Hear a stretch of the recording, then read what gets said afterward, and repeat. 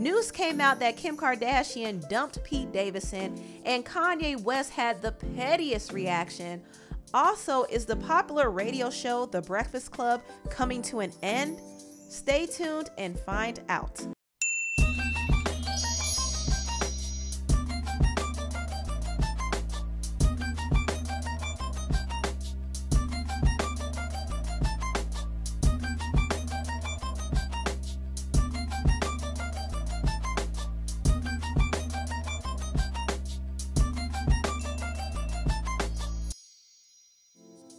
Hello everybody, welcome to the Empressive channel. The radio host Angela Yee went on Twitter and said that The Breakfast Club is over. Now this announcement is kind of a big deal because The Breakfast Club has been a staple in the hip hop and R&B and pop culture for the last 10 years. I mean, it's one of the most impactful radio shows we've seen in our generation. It started off as a shock jock radio show, and it had so many viral and entertaining moments that it grew into this huge phenomenon, and all three of the hosts have been able to build their own brands outside of the show. DJ Envy has his own businesses and his own podcast with his wife.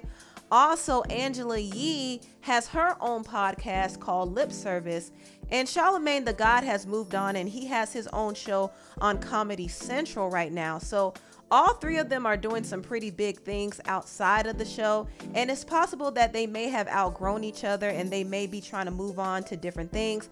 Also, I think money is a factor here as well, because Angela Yee did reveal that she did not renew her contract because iHeartRadio was not willing to give her a raise. It was 2 years with a third-year option. How many contracts have you signed with them? Interestingly enough, after that, we got a weekend syndicated show. And I was in Turks and Caicos on vacation. iHeart was trying to get me to sign a new contract while I was there. It would include the weekend syndicated show. But they wanted me to sign a contract that would be for another 2 years with no raise or nothing, or 3 years flat. And I wouldn't do it. And I remember I was on vacation, I started crying because I was like, first of all, why are they doing this to me on vacation? They were telling me if I didn't sign it, like the deal would go away. And so I told them, aren't we doing a good job? And they were like, yeah. And I said, so why would you give me a contract with no raise that would stay flat for 3 years? I don't want to sign that. And so I told them they'll have to find somebody else to replace me. I just didn't want to do that. And so they ended up just doing an addendum to the contract, and then I got to keep that one, and then I signed another one the next year. And then actually my contract is up now.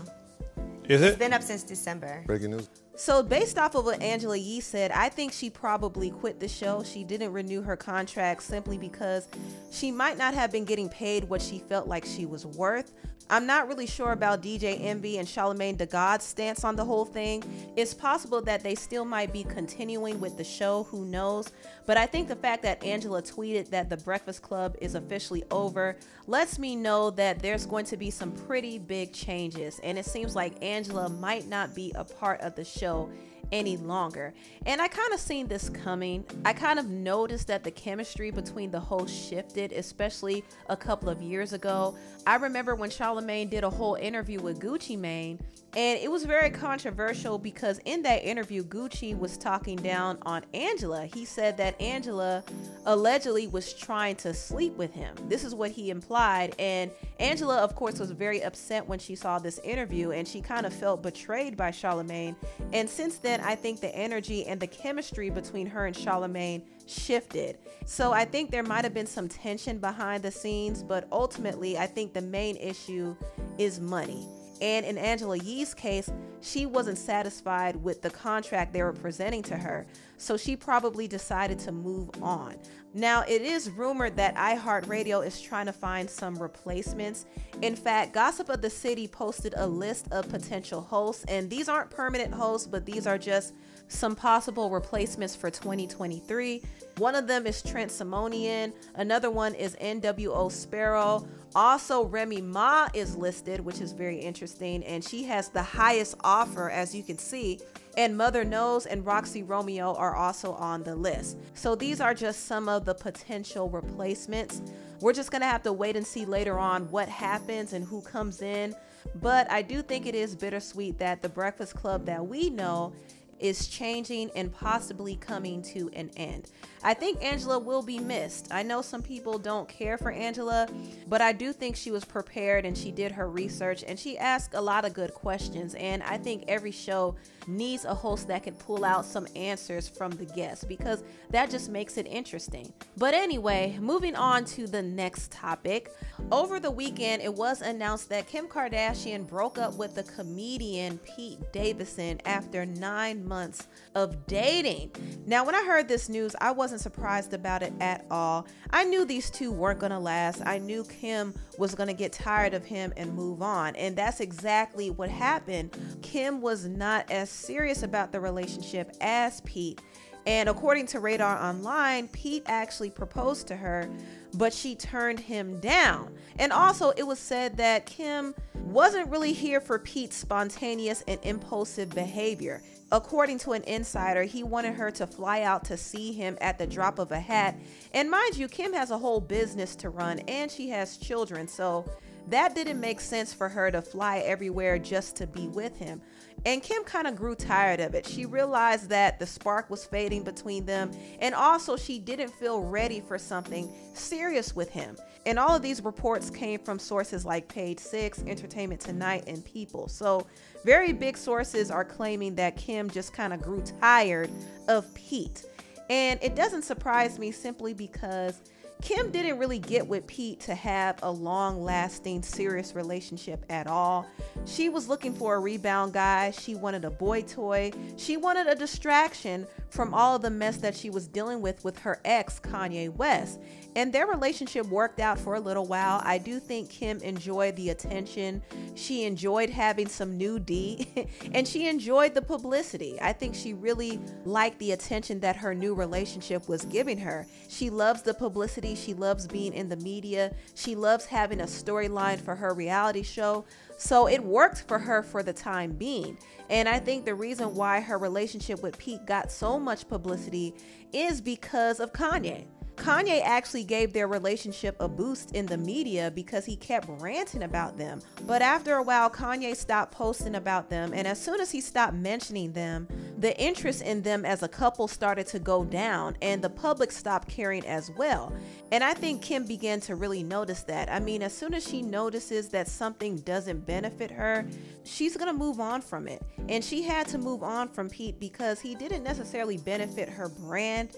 And on top of that, he seemed like he was super clingy. He took things way too seriously. From the beginning of their relationship, it seemed like he was doing way too much. He had a candle of Kim Kardashian in his room, which was kind of weird. And also, he dedicated several of his tattoos to Kim. He tatted Kim on his body, and he even had a tattoo saying, "My girl is a lawyer," and Kim is not even a lawyer yet.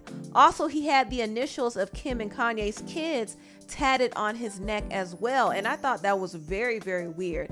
In fact, I did a video talking about how I felt like Pete was moving a little too inappropriately, and I understood why Kanye was upset about it. Kanye didn't trust him around his children, and he was entitled to feel the way he felt.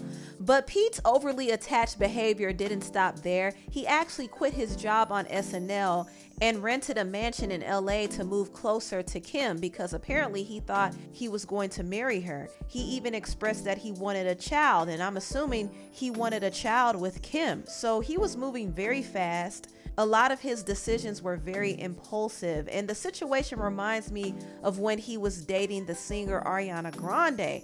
Ariana just got out of her relationship with the late rapper Mac Miller, and she started dating Pete, and Pete started moving very fast, and he proposed to her after they were only dating for some weeks. But Ariana snapped out of that whole trance once Mac Miller died because Mac Miller was really her true love, and she only used Pete as a distraction, but Pete fell very hard and very fast, so he has a history of being impulsive like that. And I do think this was a turnoff to Kim. Kim just left an impulsive man, so she didn't want to go back into a relationship with another man who's just as erratic, especially if it's a man who's not really benefiting her brand.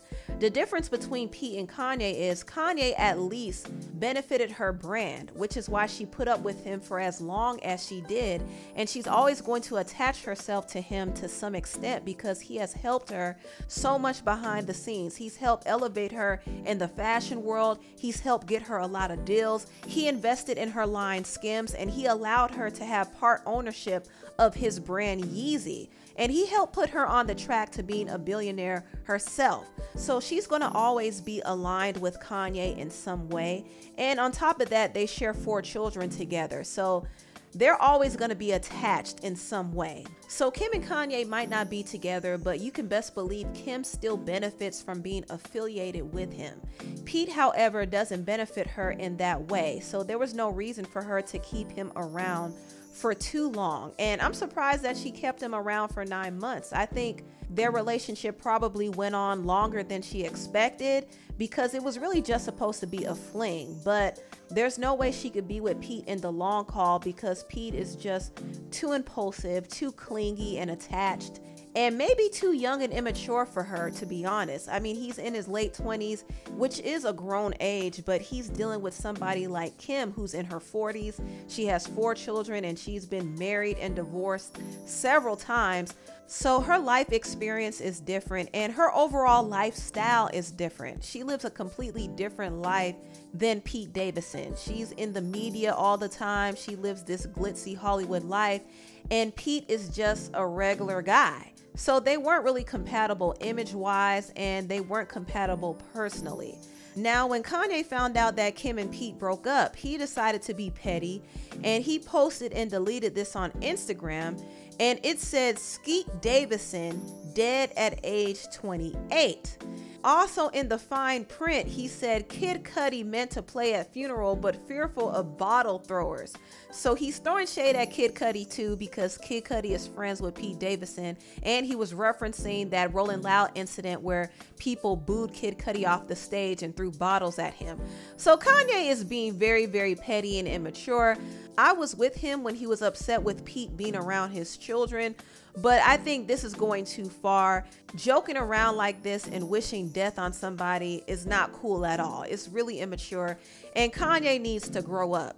I kind of feel like he wasn't being serious, but still, it's just unnecessary. And a source close to Pete Davidson did say that Pete is now in trauma therapy because of Kanye's bullying. I don't believe this report. You know, Pete Davidson has his share of mental issues and he's been in therapy for years. So I don't think Kanye is the cause of him going to therapy, but he is going to use this angle to make Kanye look bad. And this is why Kanye needs to chill out with some of these antics, because he always comes off as the aggressor and the villain. But I do think he was justified in being upset with Pete because Pete was overstepping his boundaries when it came to his children. And also, Kim was kind of weaponizing Pete against Kanye in the situation too. So he was triggered a lot. However, I'm not excusing his behavior. He should have never posted that, and he should never wish death on anybody. Anyway, tell me what you all think about this video down below. Please like, comment, and subscribe, and share this video if you care. Thank you so much for watching, and I'll see you next time. Bye.